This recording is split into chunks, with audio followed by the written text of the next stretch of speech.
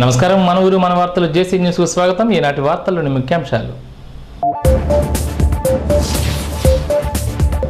రానున్న సాధారణ ఎన్నికల్లో తెలుగుదేశం విజయకేతను ఎగురవేస్తుందంటున్న ఆ పార్టీ నాయకులు అల్లూరి విక్రమాదిత్య, జంగారెడ్డిగూడెం పట్టణంలో ప్లాస్టిక్ కవర్ల వాడకం తగ్గించాలంటున్న కమిషనర్ నటరాజ్, ప్లాస్టిక్ కవర్లు అమ్మిన వారిపై వాడిన వారిపై చర్యలు తప్పవంటున్న కమిషనర్, కొన్ని రాజకీయ పార్టీలు చేసే ప్రకటనలతో బ్యాంకు రుణాలు చెల్లించకుండా మానివేసిన ఐకేపీ గ్రూప్ సంఘాలు, రుణాలు తప్పకుండా చెల్లించాలంటున్న మెప్మా అధికారులు.